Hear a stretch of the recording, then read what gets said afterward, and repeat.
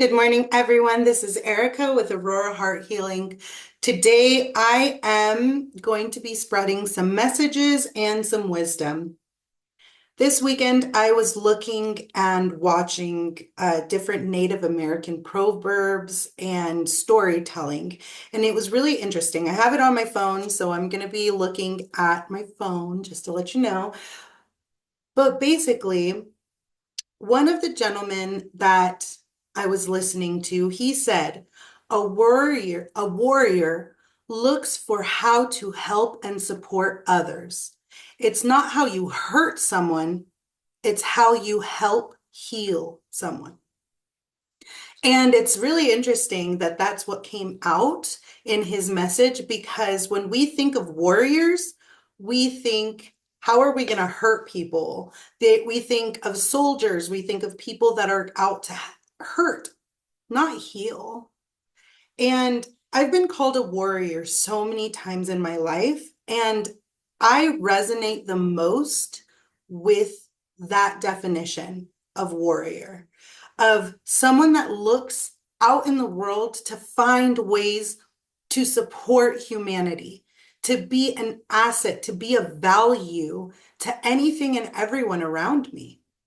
And with that, there was another part that he was talking about as as being a warrior, and it was no matter where you go and what you do, you are teaching someone something. Are you going to teach light or are you going to teach dark? And in all honesty, that's all up to you. That portion is up to you. What are you going to teach? Are you going to teach how to embrace more, or are you going to teach how to create more boundaries, more barriers?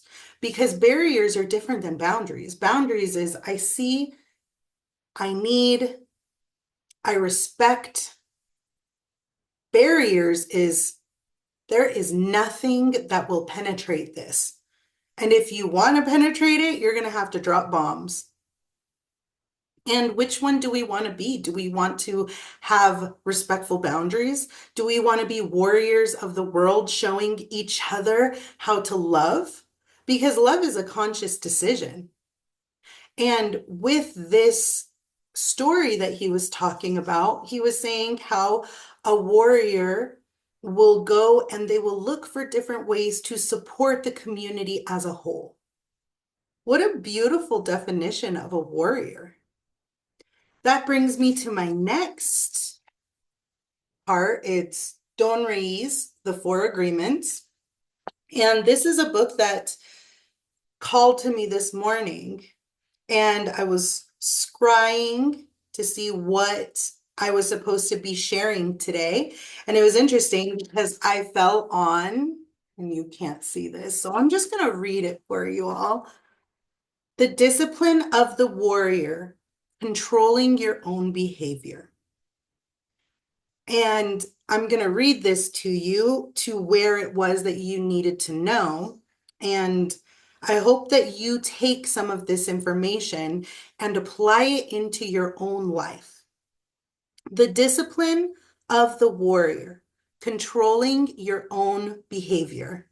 And this kind of goes back into my last video of taking your power back. We can either blame others for our behavior and say, this is your fault, this is you, or we can respect and take our own power. We can become empowered and we can own it and take responsibility over our own actions. The discipline of the warrior, controlling your own behavior. Imagine that you awaken early one morning, overflowing with enthusiasm for the day. You feel good, you are happy, you have plenty of energy to face the day. Then at breakfast, you have a big fight with your spouse, and a flood of emotion comes out. You get mad, and in the emotion of anger, you spend a lot of personal power. After the fight, you feel drained and you just want to go and cry. In fact, you feel so tired that you go into your room, collapse, and try to recover. You spend the day wrapped up in your emotions. You have no energy to keep going and you just want to walk away from everything. Every day we awake with a certain amount of mental, emotional, and physical energy that we spend throughout the day. If we allow our emotions to deplete our energy, we have no energy to change our lives or to give to others. The way you see the world will depend upon the emotions you're feeling. When you are angry, everything around you is wrong, nothing is right. You blame everything, including the weather. It's raining or the sun is shining, nothing pleases you. When you are sad, everything around you is sad and makes you cry. You see the trees and you feel sad. You see the rain and everything looks so sad. Perhaps you feel vulnerable and you have a need to protect yourself because you don't know in what moment someone will attack you. You do not trust anything or anyone around you. This is because you see the world with the eyes of fear. To me, this is such a powerful message of how when we do not recognize or allow ourselves to understand what we are feeling and take control and say, I feel this way, but is this reality? How it can really create such a sad existence. This morning, I was talking to my daughter and she was super upset because her brother and sister were talking about how her room is so dirty. And they were also saying, oh, there's so many rainbows in your room. We don't like it. And she was crying. And when we got to the car, as I do every morning, I sat down and I wanted to pick apart what she was feeling. So I sit there and I'm like, hey, so what was that all about this morning? And she said, they said that they don't like my room and it was so sad and I was angry because they were telling me that it's not nice and that that there's rainbows in my room and it's not, and it's so mean. And I sat back and I said, okay. And Don Ruiz popped into my head. And I thought, okay, I'm gonna reframe this and I'm gonna tell you a story. I was like, can I share a story with you? And she said, yes. And I said, you know what I'm going through. And through the grapevine, I have heard many times that my ex-spouse keeps saying that I never cared about this person, that I never loved him, that I just never cared. And that's hurt my feelings. And I said, but knowing me, knowing everything that we've talked about, knowing how I feel about everything and what we've discussed, is that true? Is that true that I never cared about this person? Is it true that I'm not even hurting or I haven't hurt or that I didn't want to work things out? And she said, no, that's not true. And I said, okay, what if I took that and said, oh my God, he doesn't care. He thinks I never cared about him. He doesn't understand that I loved him so much and that I wanted it to work and that I wish that we could have talked about it and shared our feelings and shared our emotions. Why doesn't he think that I loved him? Why? What? What if I would have gone and spiraled in that? And she said the most interesting thing. She said, you would have spread depression on him. And I was like, okay, let's take it a step further. Who else would I have spread depression on? And she thinks for a second and she said, you would have spread depression on you. And I was like, aha, yes. I would have spread depression on myself because my authentic truth, my deepest truth is that I wanted this to work out. I poured in my heart and soul to this relationship. And it felt like no matter what I did, it was just never good enough, because if someone else isn't happy within themselves, if they blame others for what it is that they're feeling, and they aren't taking control and responsibility, this is how I feel, and I want to talk about it, I want to communicate, then they're living in a state of fear. And what grows in fear? More fear. And as a warrior, we can either be a wounded warrior or we can be an empowered warrior. We can either teach others light and love and say, hey, we've got this. We can build, we can grow. I'm going to teach you that you don't have to constantly be worried about attack. I am here for you, and we are going to build and grow together, and we are going to teach light and love. But when we're teaching from fear, when we're so wrapped up in our emotions that we do not have energy to keep going and we just want to walk away, then we are walking in our wounded warrior. And in that wounded warrior, we are breeding fear. And all we see in our eyes and in our life is the need to defend and the need to attack, because there is no room to grow. I'm going to read to you another little tidbit that I was given. And this one was really awesome. I actually read this. I've been going to church, and it was really amazing. It's been a really great experience for me, because this is the first church that I've been preached with, not to. And that's important, because for me, I believe that to me, the most powerful healer was Jesus Christ.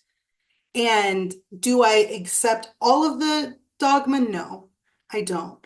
But I do see a lot of information that I resonate with in the Bible. And this one was a really cool Bible verse that I've been sent every day by a friend. From there, if I can find it, sorry about that, guys. Okay. And this comes from Genesis 16:9-10. And I'm just going to say, all books, all literature, all have valuable information that we can learn from. I am not saying you have to follow the Bible, but I am saying that there are some really amazing lessons in the Bible that you can learn from. I've actually read the Quran, the Torah, the Bible, a couple of versions, and my next venture, I actually read the Book of Enoch. I've read a lot of different books, and I love to read. So each time you read and learn something new, you can take what you need from it and leave what does not. So please do not be offended from all of the information I give in the Bible portion, because I know it's a sensitive subject. Don't get wrapped up in your emotions with that, please. Today's word. In Genesis 16, Hagar had first treated her mistress Sarah with contempt. Then Sarah got so upset that she treated Hagar harshly and made her life miserable. So Hagar, a character in a story, was treating her mistress with contempt. She was being mean to her. And then her mistress lashed out. She was like, okay, you want to keep treating me with contempt? I am going to make your life miserable. So finally, Hagar had had enough and ran away, fleeing into the wilderness. The angel found her beside a spring of water and told her to return and submit to Sarah's authority. Go back. And that's funny because what we want to do as human beings, we want to avoid the situation and get out of there as quick as possible. We're done. But the angel was telling her, go back. It's the principle that anything you run from, you're going to go back. You're going to have to go back and deal with eventually. So no matter how far we run away from our issue, our spouse that angered us that morning, the feelings that came up from wanting to walk away, no matter what, we're going to have to come back to that issue. Even if it's not with the same person, you will deal with it in different relationships. You will deal with it in a different way, whether it be work, whether it be family, whether it be friends.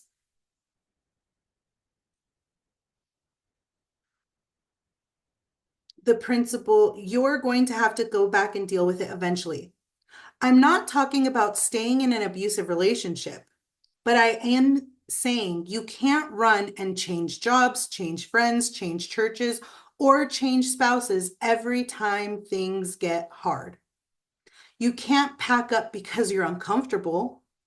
God will give you the grace to be there. The angel went on to say, if you go back and serve Sarah, God will give you more descendants than you can count. When you do the right thing, when it's hard, then there is a blessing that follows. God will show out in your life and take you to levels you have never dreamed of. I'm going to put this into personal experience so that hopefully this can resonate for you and you can pick up what I'm throwing down, okay?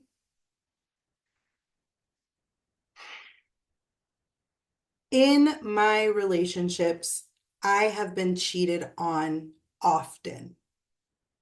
More often than not in my relationships, I was cheated on. And there was a certain point in my life where I stepped back and said, how am I responsible for that?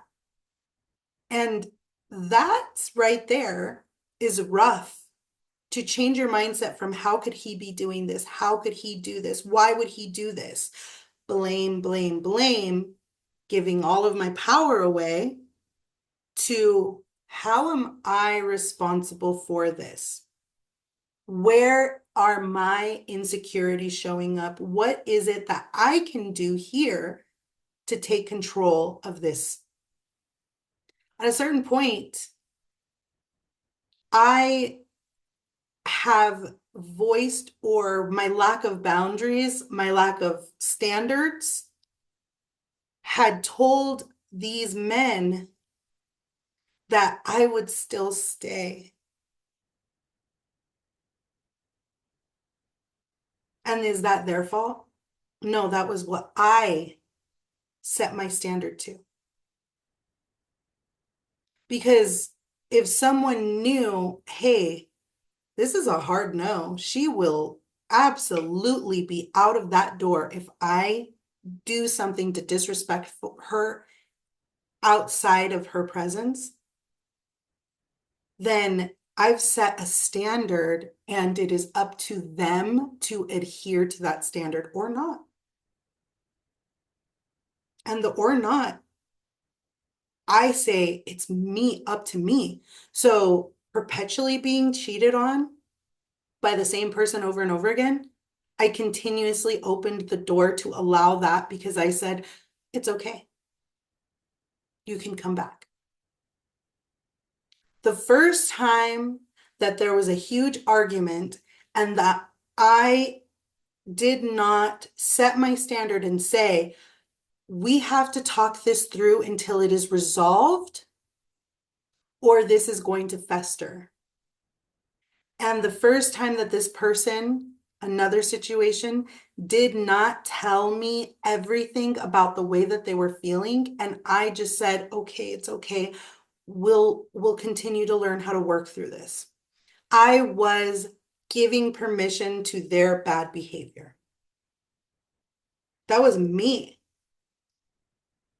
And that empowers me to know, okay, next time if someone does not become emotionally vulnerable with me, then I already know that they're not emotionally mature enough to handle hard questions. And is that someone that I am going to continue my relationships with? Probably not, because I live in a world of emotion. And in that world of emotion, I not dealing with something is an infection in our body. I am becoming a warrior more and more by understanding what I feel and not allowing it to deplete my energy, but giving myself strength and courage and bravery to say, I'm not going to walk away from everything. I'm going to face this and I'm going to take this as what can I do better? Not everything is going to be sad. I'm not going to cry about everything that I see. I'm not going to look at this world through the eyes of fear. I'm going to look at this world like, okay, my heart was broken. This person hurt me. What can I do? I can be grateful. I know it sounds weird, but I can be grateful. Okay. You taught me how to hold my standards higher. You taught me how to not accept bare minimum. You taught me not to accept cheating. And these are various relationships that I learned from. You taught me that if you raise your voice or throw things or yell or scream, then you are emotionally immature and you cannot handle frustration. And in this life, we literally live in frustration. And the more that we build and grow within that frustration, the more that we can handle it, the more that we can continue to work through these frustrations, and the more warrior mindset we are, because now we have shifted from fear to empowerment. I'm going to teach you light. I'm going to teach you love, because I've been through it and I learned how to deal with the frustration. Today, I want to challenge every one of you to look at an emotional situation that you have, like Hagar, run from, but that keeps showing up in your life and you don't know why. Because the thing is, we can run from the situation all we want to. One of my ex-boyfriends when I was a teenager, he would try to pull the emotions out of me, which kind of karma for me, because I had to do that in my life too. I ran from that. And then I was faced with that. And now I understand what it looks like and feels like to be on such a defensive mode that it hurts others. So, what is something that keeps coming up in your life, and how can you take responsibility for that? Not blame everybody for it, not say, well, they just want to make problems, or I'm fighting because this is happening, but actually sit and say, this is my, how am I contributing to this? And in the comments below, let me know what it feels like when you do that. Please let me know, because I want to know how your evolution is changing the world around you too. If you feel angry, upset, frustrated, and you take a shot, but you still continuously feel angry, frustrated, maybe even lonely and empty, is that cycle working for you? How is it working for you? And the more that you ask, how is this serving me? This behavior, this thought pattern, this belief, this fear, the more that you might lean towards, I can change this. I'm making the decision to change this. I want to change this. I want to see what bigger pictures are out there. My challenge to you is write down something that you have had to face over and over and over and over again in your life, and you are ready to say no more.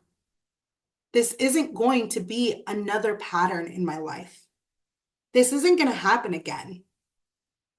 I am taking my power and I am saying no more. And I hope that you understanding what it is that is blocking or making it hard for you, you will be able to dissolve that pattern quickly, easily. And you will be able to move past that pattern.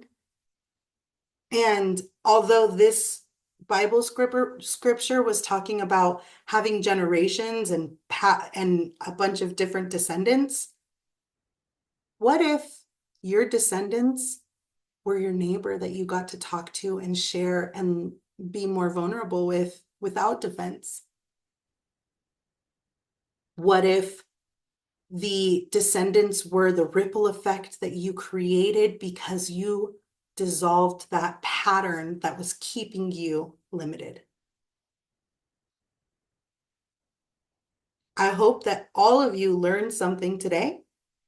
I will put the resources and I will, as always, type out what I used and some of the messages that I gathered for this message here today. And spread your love and light. Fear is easy to live in. Being a warrior of light, it takes courage, bravery, and strength. So today I challenge you to stand in your courage, your bravery, and your strength. With love, light, blessings to all.